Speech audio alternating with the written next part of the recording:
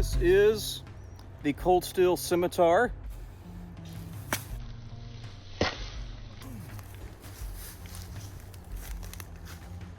Very good result. All right, so this is the Cold Steel Scimitar. This is kind of an old school discontinued knife. That's some leftover pork from the last test.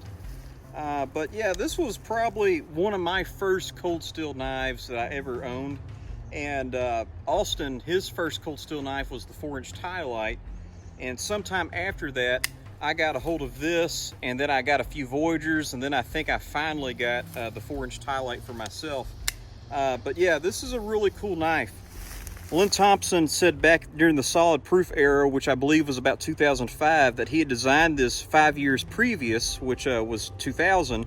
And at that point, he said he had 25 years of knife fighting experience, and that he absolutely put everything that he had at the time into this particular blade. So back in 2005, for a 4-inch tactical knife, this was Lynn's like top pick, okay? And so except for like the 6-inch Voyagers and the tie lights and all that, he really pushed this Scimitar. And one of the really cool things that you'll see about it is just the detail molding of this handle. Yeah. And so not only do you have some, you know, just pretty decent texture, but you have this what he called a bone crushing pommel. And you know, we can just do that real quick. I mean, you definitely don't want to get hit with that, but it's not metal or anything, but you definitely don't want to get your hand you know, between that and a hard place. It has a titanium leaf spring lock, and that is my favorite sort of liner lock, because with that bent angle, you have a lot of contact with the tang. Now, this is probably my second or third Scimitar because of warranty issues, and now I'm not going to be able to get a replacement of this because this is VG1 stainless steel, and that's titanium.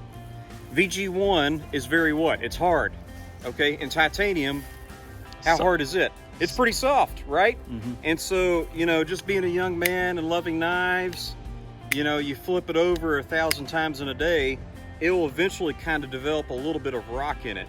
And so I love the design, but I would actually prefer the stainless steel lock of the tie light. Another thing about this knife is I used to take it hunting, and I shot a deer.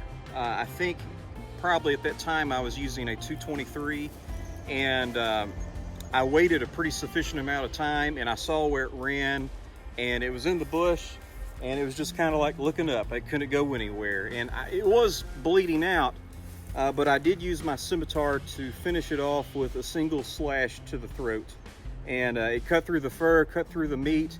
And so I'm expecting a really good result with this denim and pork tenderloin. So this is the Cold Steel Scimitar.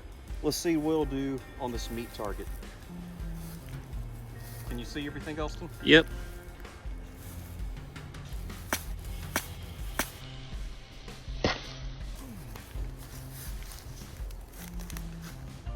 Very good result. Yeah.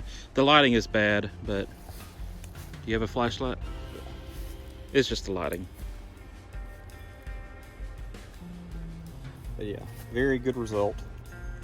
I don't think that's technically as deep as all the, you know, the black talons, and I don't even think it did as good as that Yo Jumbo we just tested, but obviously that did very, very good. Thank you for watching.